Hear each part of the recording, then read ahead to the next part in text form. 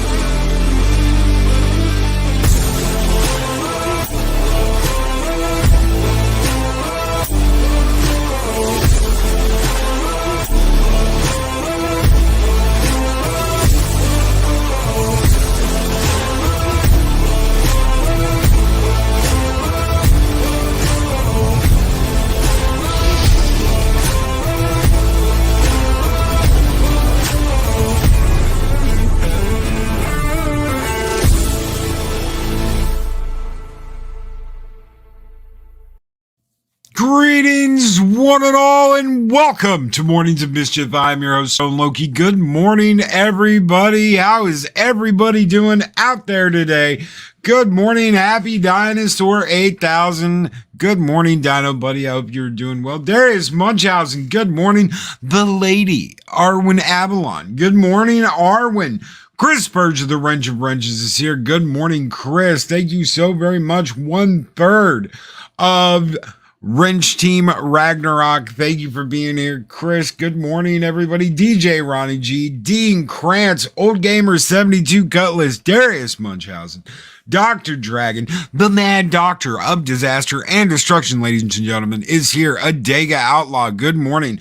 My brother from another mother, Dave Bob, is here. The Rooster himself, good morning. Dave Bob, June Wong, good morning. Shellback TJC, Leia Rose, Pat S. Good morning, Pat S. Dean Krantz. Good morning. Good morning, everybody. Zero. What is going on, buddy? Good morning. I hope you guys are doing well. I hope everybody's having a great one. Good week so far. The week's almost over. We've only got one day left. It's Thursday. Tomorrow's Friday. And then we are moving into the weekend. I've got some computer stuff I've got to do this weekend, so I am out. I have to change the water in my PC. That's right. You heard that correctly, ladies and gentlemen.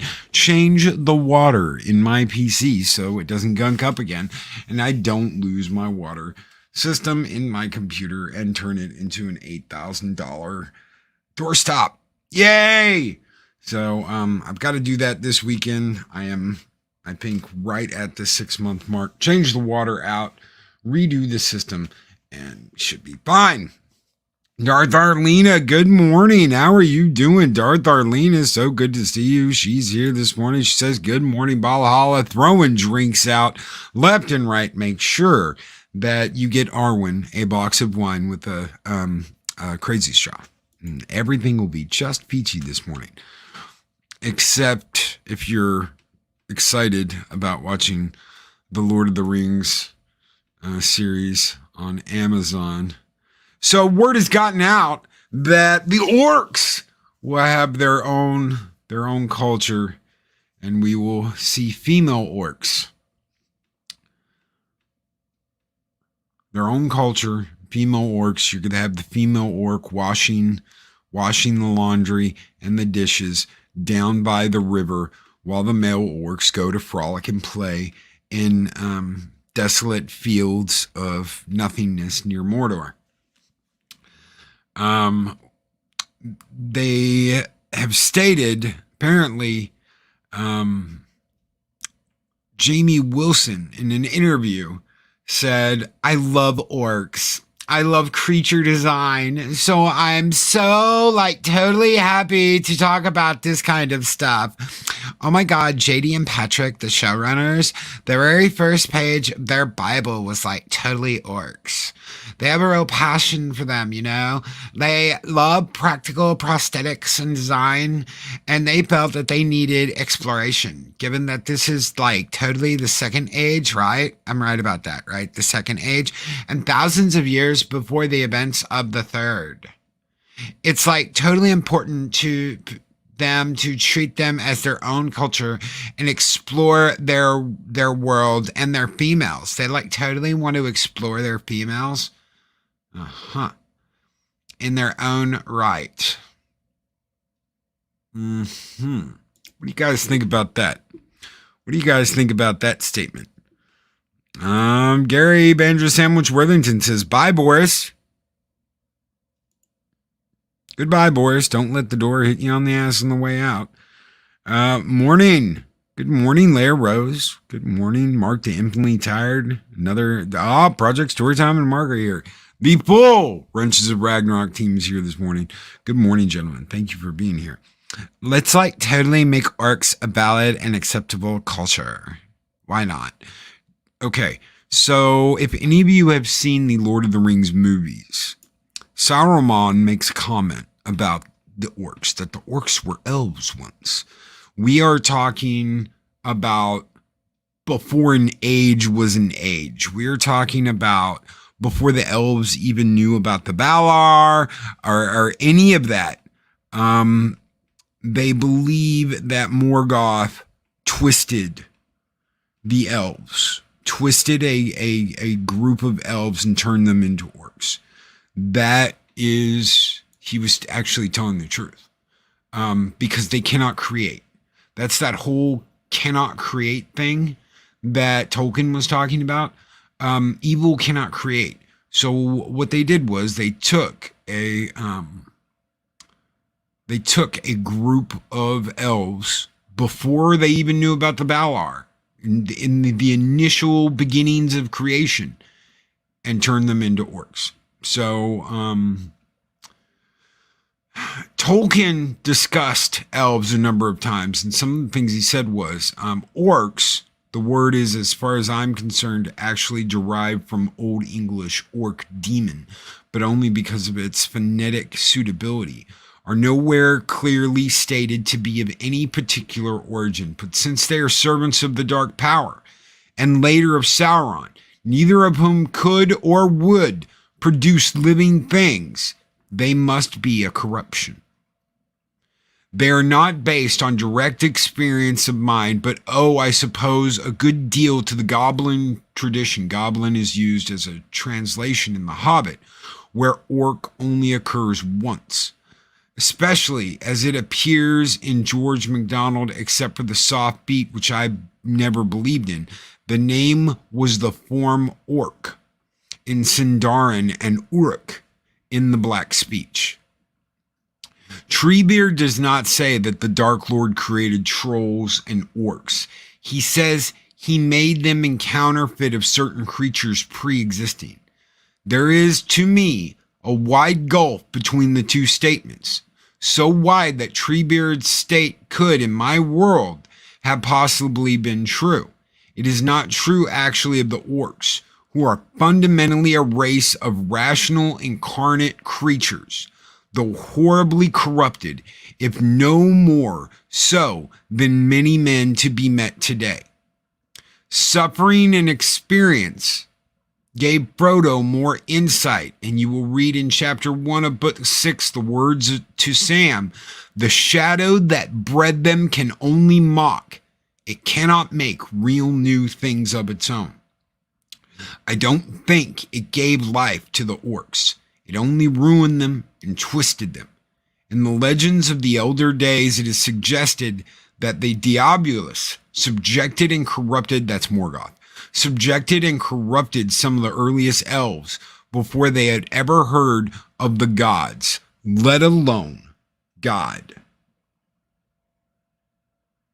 So in this myth, it is feigned, legitimately, whether that is the feature of the real world or not, that he gave special sub-creative powers to certain of his highest created beings. That is a guarantee that what they devised and made should be given the reality of creation, of course within limits, and of course subject to certain commands or prohibitions. But if they fell, as the Diabolus Morgoth did, and started making things for himself to be their lord, these would then be, even if Morgoth broke the supreme ban against making other rational creatures like elves or men, they would at least be real physical realities in the physical world. However evil they might prove, even mocking the children of God, they would be Morgoth's greatest sin, abuses of his highest privilege, and would be creatures begotten of sin and naturally bad.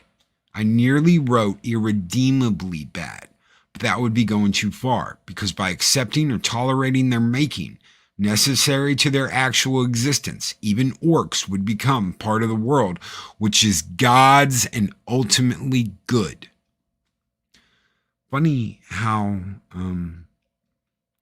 the left says we culturally grab onto this and make it about God, or make it about gods, or make it about this, when that's what Tolkien did. Seems very interesting that we get so many articles about how we have appropriated this. We have taken this and made it our own, when we follow its rules and the creator's rules. We honor what is written. They want to change what is written. They want to change his words. They want to change his books. They want to change his story. They want to tell you that this is the story he never got to tell. Well, guess what, folks? He did. He did in multiple iterations.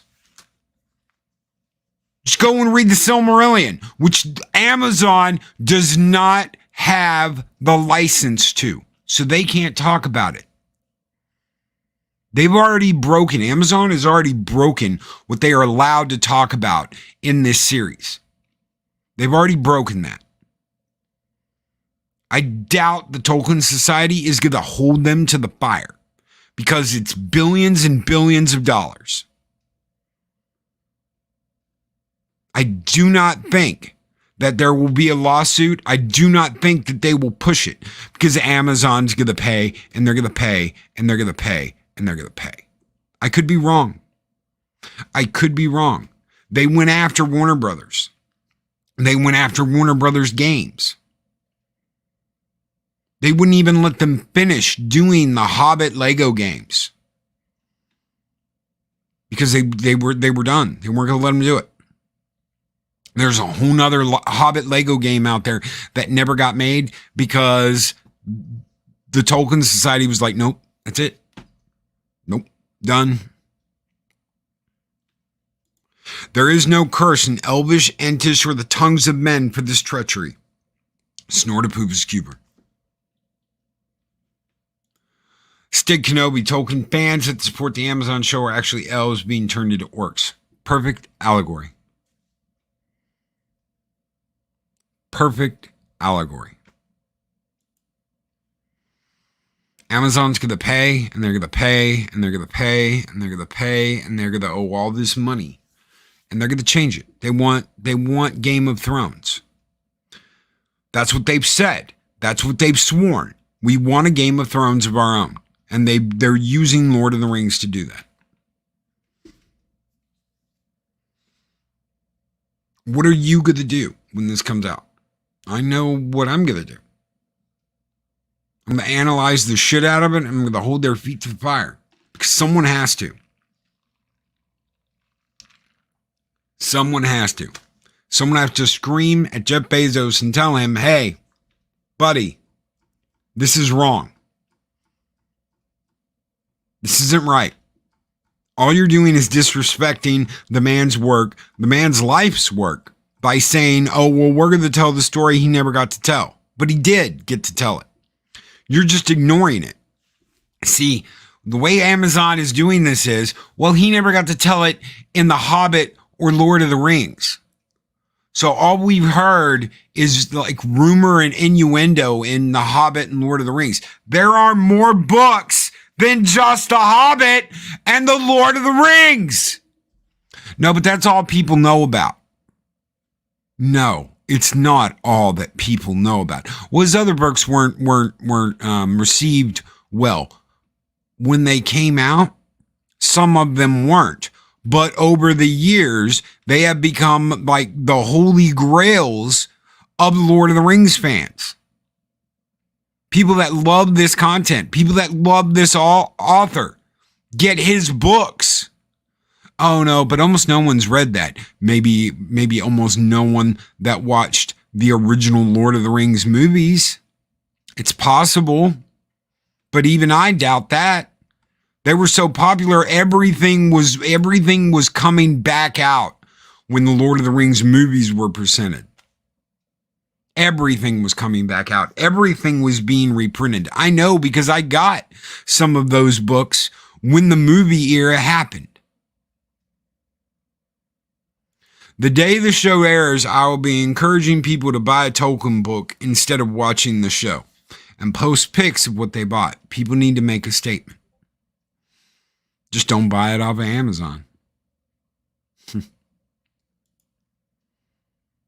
How far are they going to go to change and twist what Lord of the Rings was?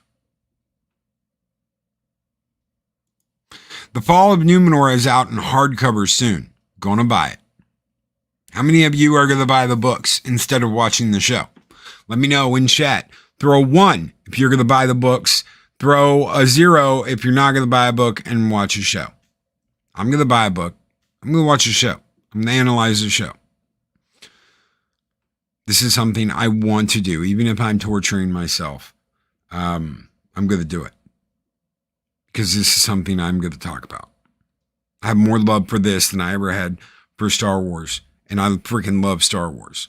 So, 1, buy a book. 2, Moons of Madness, buy a book. Pat S, buy a book. Bodega Outlaw, buy a book. Project Storytime 42.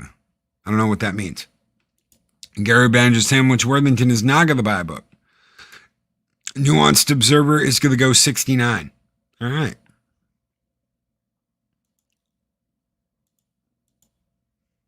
Broken Entertainment. I already have multiple copies of the books, and I'm going to see at least one episode of the show before I roast it in the fires of Mount Doom. 1. I'll buy a book. Even if I already have one.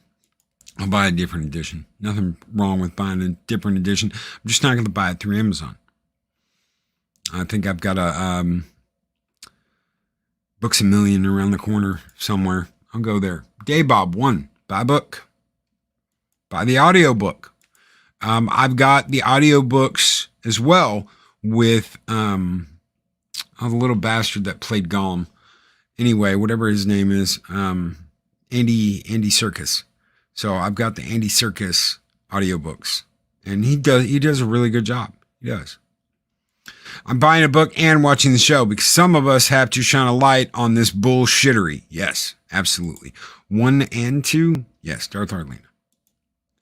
Someone has to shine a light on the bullshittery. Can't have too many Tolkien books. No, you can't. Even if you have a whole bookshelf full of Tolkien books, you still can always get more Tolkien books. Andy Serkis. Yes. Thank you. Darius Munchausen. Thank you so very much. I hate names in the morning. So one thing I'm bad at is thinking about names in the morning. I need to buy Beren and Luthien, The Fall of Gondolin, and The Fall of Numenor. Yes. Absolutely. Absolutely. Buy. Books. I want nothing to do with the Rings of Power. Is it amazing that people are like, I don't care how bad it's going to be. I'm going to watch it.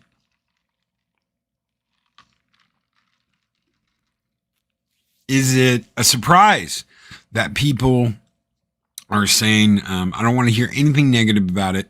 I'm going to watch it. I'm going to love it before they've ever watched it. Same instance. I haven't heard anything about it, but I'm not going to watch it because I hate Amazon. Can you say, without a shadow of a doubt, that it's going to be bad? From everything they've told me, from everything they've said, from everything they put out there, I can see this being a giant dumpster fire. I can see it. Everything we've been given, everything we've heard so far, the comments of the creators, does that mean that it's going to have a horrible story? I don't know. I do know that they've gone against what Tolkien. They have gone against what Tolkien wrote. And I think that's the problem for a lot of fans of Tolkien, for a lot of people that know Tolkien's work, for a lot of people that have read the books and hold those books tight to their chest and say, no, you can't do that. I think that's where a lot of the fire against this show is going to come from, is the people that have loved his work, that have held it close, that have read it in times of need. How many of you out there have something bad happened and you've turned to these books? How many times? How many times have you turned to these books when something bad happened and they got you through something horrible? How many times have you watched the movies and used those movies to get you out of a horrible place? I think that's where the fire is going to come from. It's not going to come from the normies. It's not going to come from the people that have no idea what's going on, and they bank on that.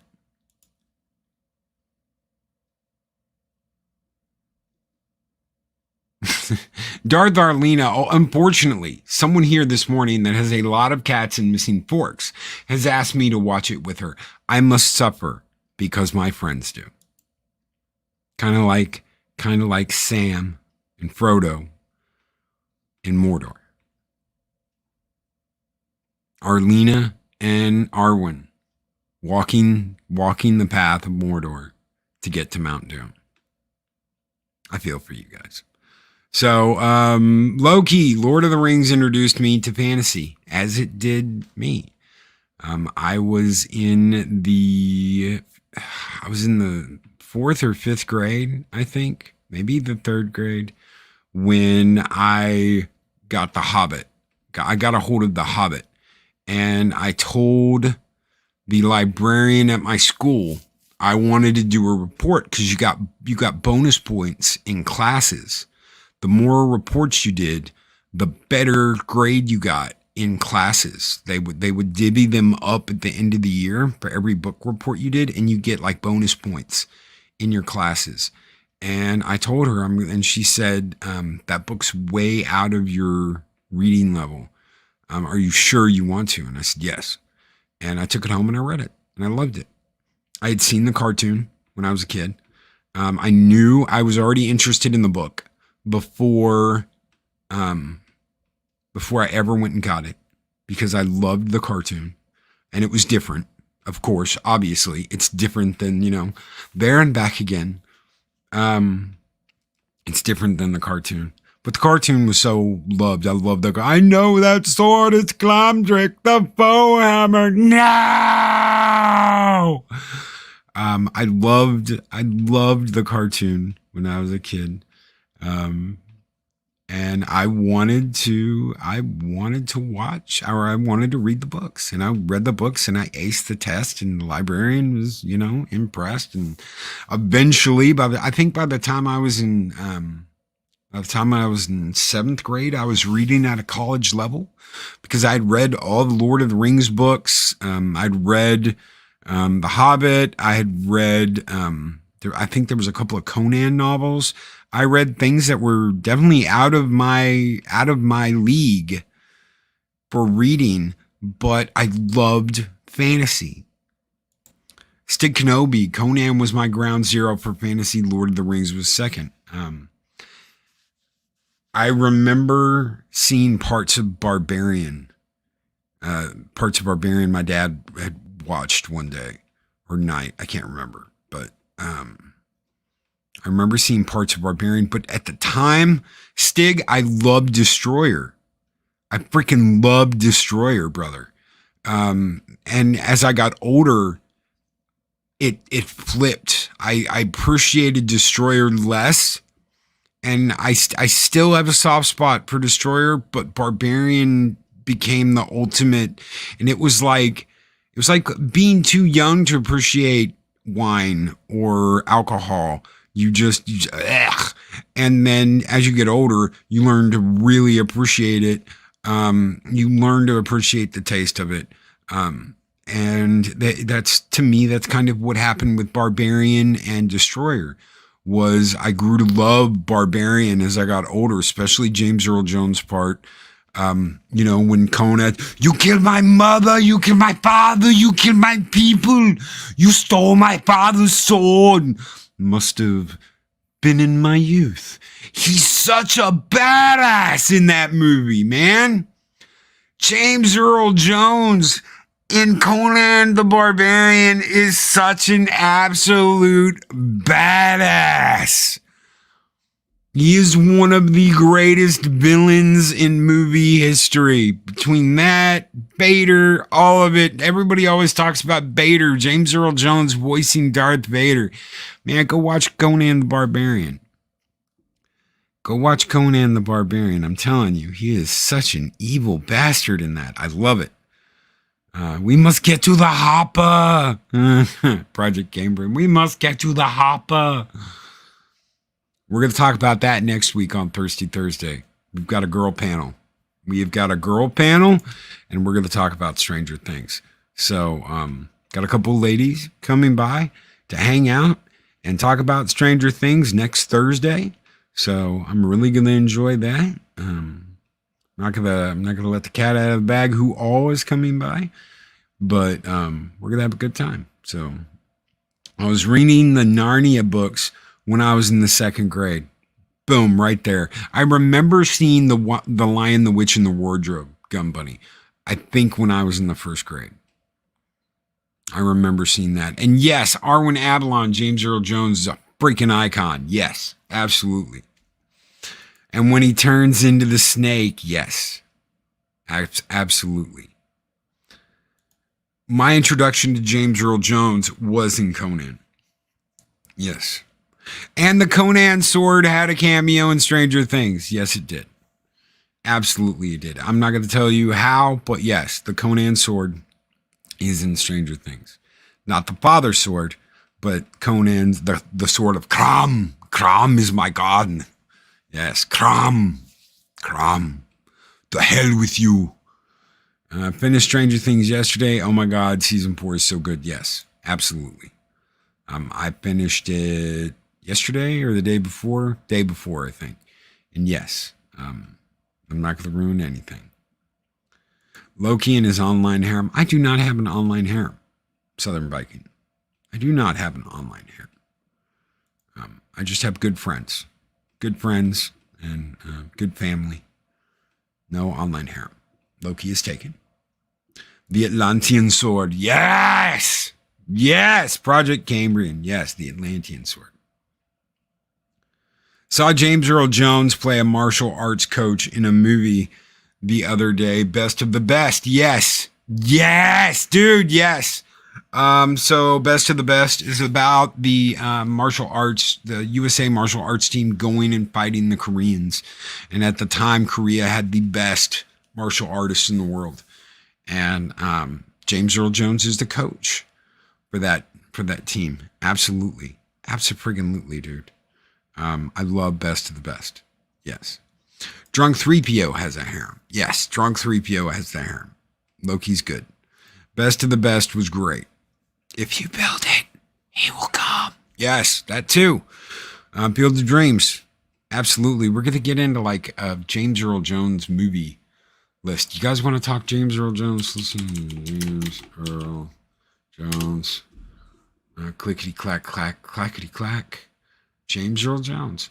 Let's see. Coming to America. Absolutely. He was in Rogue One. He was in Star Wars Rebels.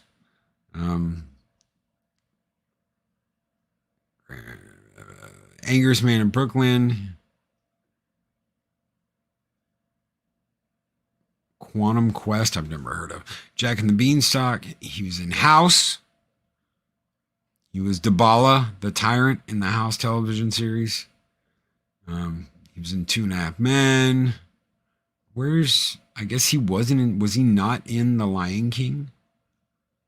I guess he wasn't in, oh no, he was, 2019. Okay, Lion King. So he comes back and plays Mufasa again. Mufasa, he's in The Benchwarmers, he's Darth Vader. Star Wars Episode 3, Revenge of the Sith. No, he was uncredited in that. Of course he was uncredited. Sandlot, Mr. Myrtle. God, I missed him in the Sandlot because he's only in the very end. I never think about that because he's only in the very end of the show. James Earl Jones reads the Bible, the King James Version. Of course he narrated that. Feast of All Saints. Let's see. Command and Conquer, Tiberian Sun, the video game. Yes, he's General James Solomon in Command and Conquer, Tiberian Sun. Lion King, again, the original Lion King, of course. He plays Merlin in the TV miniseries Mountain King.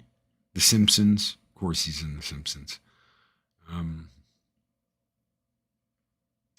Bunch of gang stuff. He plays an Unas. He does the voice of the Unas in Stargate SG-1. That's the first Unas ever when Teal'c's trapped in the cave.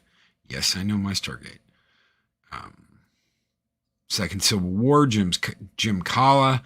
He was in Frasier, Touched by an Angel, Timepiece, Rebound, Third Rock from the Sun, Judge Dredd. He's the narrator for Judge Dredd in 1995. God, what a shitty movie. Although some would disagree with me. I didn't like the Stallone movie. I'm the law. I just didn't like, yeah. He immediately takes off his helmet. So, yeah, no. Clear and Present Danger, Admiral Greer. He's in the Tom Clancy movies too. Lion King, Mufasa. Ooh. He's in the New Adventures of Lois and Clark. Plays Franklin Stern.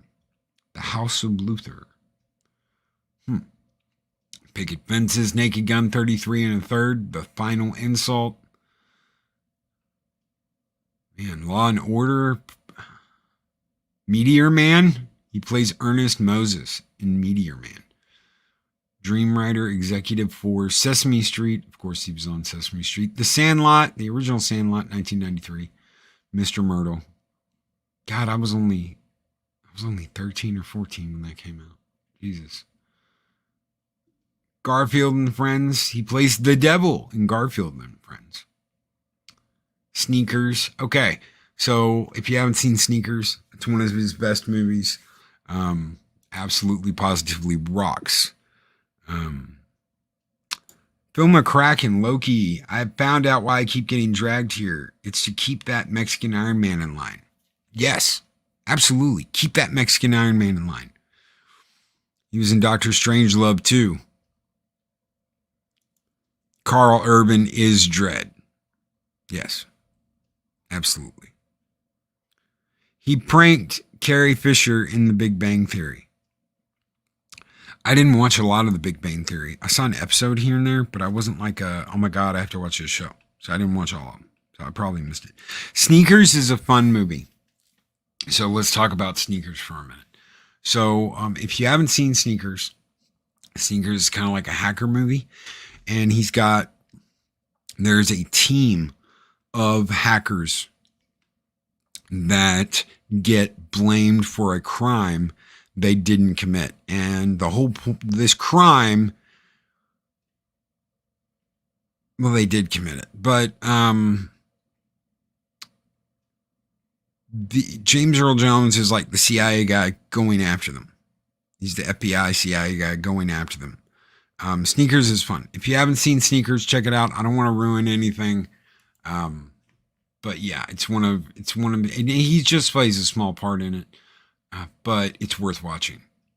It's not worth watching just to see James Earl Jones, but it's worth watching because the movie's really, really good. Let's see, Scorchers. He's in Scorchers, Gabriel's Fire, Grim Prairie Tales. I never heard of that. Heat Wave, Last Flight Out, By Dawn's Early Light, Hunt for Red October, The Hunting of the Snark. Short, Best of the Best. He plays Frank Cuso in Best of the Best. Let's see, Field of Dreams, L.A. Law, Coming to America, King Jafar. Absolutely. He is pretty much Mufasa is King Jafar. I wouldn't be surprised if the people that made The Lion King hadn't seen Coming to America and said, remember James Earl Jones in Coming to America, how he's that big lion on his shoulder? Yeah, we got to get him to be Mufasa. I wouldn't be surprised if that isn't exactly what happened. Huge list of things he has acted in: Conan the Barbarian, The Bushido Blade, Beauty and the Beast. He plays a narrator in Beauty and the Beast. That is not the Disney version. So, obviously, he's in Star Wars Episode 5. He's in Star Wars Special, Exorcist Part 2. He plays Darth Vader in Star Wars, obviously. He has a huge list of movies before that he also did. So I really don't think Star Wars made him. It wasn't until later.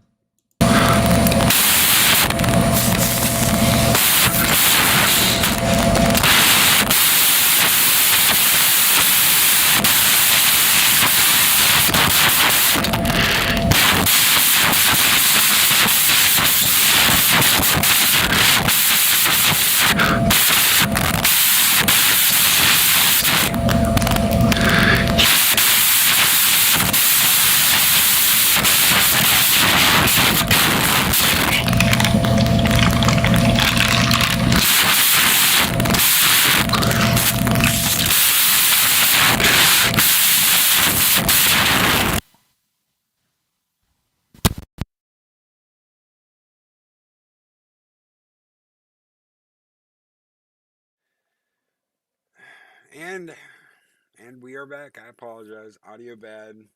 Now the mic is drinking soda. My keyboard flashed when that happened. Give me just a second. Yeah, it moved to my headphone. Let's see. D classic. Okay, so it moved to my headphone when it did that, as it always does. But my keyboard flashed, and at least I noticed that this time. So I know there's got to be a short somewhere in the USB controller. So we are going. I've got a Sound Blaster card already hooked up. We are going analog. So I've just got to get the analog mic and the controller. We will be working on that NSA doesn't like us talking about sneakers. Absolutely. Positively right. Yeah, there's a USB hub in the integrated into the computer that I got. It's a USB hub. And I've moved the mic around, and it seems like it doesn't really matter where I put it.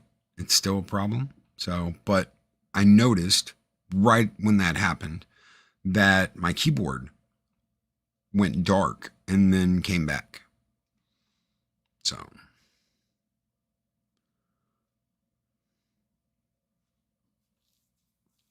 the sleeper agents are now awake and will engage their targets. Thank you, Mark. Thank you so very much. It was the Amazon meteor. They don't like us talking bad about them. And there are people out there that don't like us talking bad about this show. I know a couple of people that are like, how dare you? How dare you talk bad about the Tolkien's work? And I'm like, it's not Tolkien's work. It's Amazon's work. It's Jeff Bezos' work. It's not Tolkien's work. Well, yes, it is. Yes, it is. They're using his books. And I no. They're using the Lord of the Rings books and the appendices as a basis for a story he's already written. Do you not understand that? Do you not get that? They're using the Lord of the Rings books, just the three Lord of the Rings books, and The Hobbit, the appendices, as talking points for a book he already read that they do not have the rights to. We are going to tell the greatest Tolkien story that was never told, except it was. He already wrote it. Yes, Gun Bunny, I have a glowing keyboard. Yes, I have a Thermaltake mechanical glowing keyboard. That's why it sounds the way it does when in the morning when people are like, oh my God, Loki, we can hear your keyboard. Like, totally. It's because it is a Thermaltake mechanical keyboard, old school.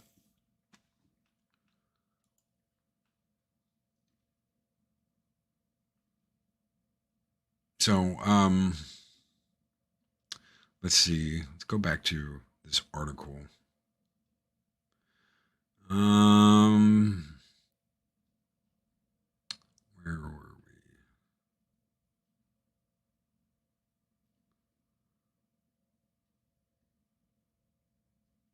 So, let's see. It felt appropriate that their look would be different, part of a wilder, more raw second age. Middle Earth, closer to where the first age ends as we meet them, talking about the orcs. They're not yet organized into armies. They're a little more scattered and they've been scavenging, so it's just a different time in their story.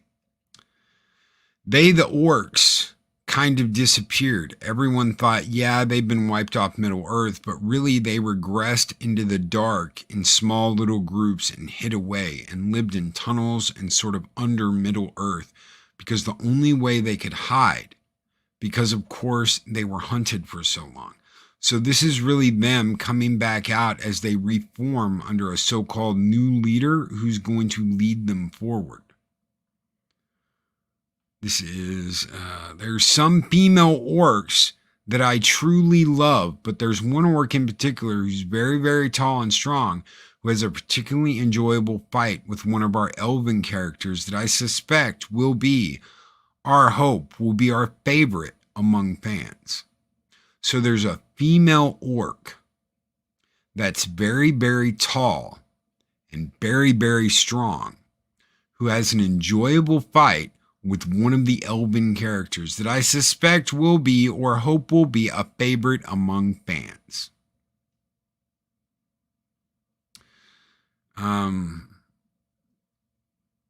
Tolkien's exact words on female orcs was, there must have been orc women, but in stories that seldom if ever see the orcs except as soldiers or armies in the service of the evil lords, we naturally would not learn much about their lives. Not much was known about females. So you're going to have, let me get this straight. You're going to have Galadriel leading an army, which they've said she didn't. Tolkien himself said she didn't. But you're going to have Galadriel leading an army. And you're going to have a female orc, a tall, strong female orc leading an army. And you're trying to hide that you're going to have a whammon on whammon battle. Amazon is bastardizing Tolkien's work by pulling a Disney, inventing their own shit and spitting it on everything before it.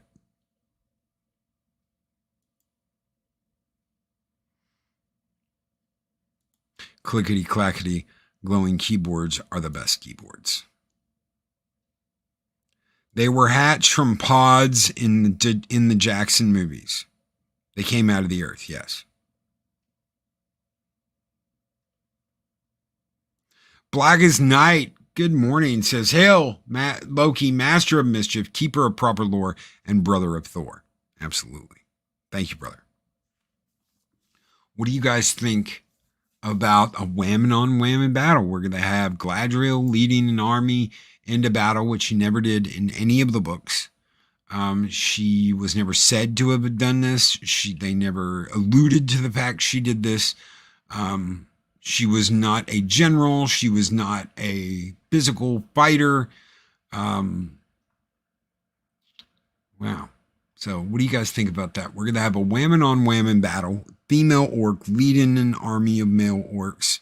And we're going to have a female elf leading an army of man and elves. So.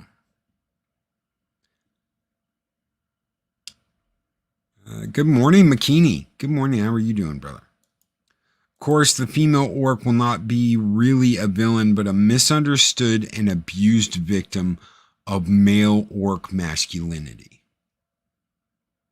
So they're gonna make what? They're gonna make the left the orcs because the orcs have been treated so bad. Let me get this straight. So for decades, orcs and goblins and all of that have basically been bad people. So, okay, even in D&D, no one wants an orc in their town, right? But now, because we have to have diversity and inclusion in all of our games, now orcs are a welcome sight anywhere. A whole army of orcs could come into your town and you'll smile at them and wave as they burn your fucking city to the ground. Is that what I'm supposed to understand? You're supposed to smile and wave and be nice, and then they burn your city to the ground, and you're just supposed to accept it and move on and not blame orcs for anything.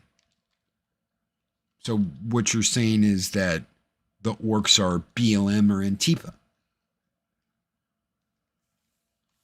Is that what I'm getting at? Is that what I'm getting from this? Basically, the orcs come in, burn your fucking town to the ground, and you're just supposed to smile and wave. That's what it sounds like to me. Sounds like Antifa, Dave Bob. So, is that what I'm getting? Are we going that political? Really? The orcs are just mostly peaceful protesters. It's peaceful here in the town of Broken Village as the orcs burn, rape, and pillage, and the destruction of this town is inevitable. But these orcs are peaceful protesters. Back to you, Dan. Well, thank you. Thank you. And we have a peaceful protest in the town of Broken whatever. D&D is already here. Yeah. They wogged. They came, they wogged, and the people smiled. Don't get upset now. You can't get upset. Orcs are a misunderstood race, so don't get upset that they burned your whole fucking town to the ground. Don't get upset that they took over your town hall and then subjugated you, didn't feed you, took away everything from you. So they could have toilet paper. Don't get upset with them about that they took over your town and took everything from you so they could be okay. They're not bad people. They're just misunderstood orcs. So they're going to torch the lore. I want to see some blood, guts, and boom boom. Apparently, you're going to see a lot more than that because there's going to be sex. There's going to be sex scenes. They've already stated this. They had to get like body positivity coaches and sex therapists for the sex scenes that you're going to get. So yay. We're going to have Game of Thrones level sex and nudity in Lord of the Rings. It's just what I always wanted.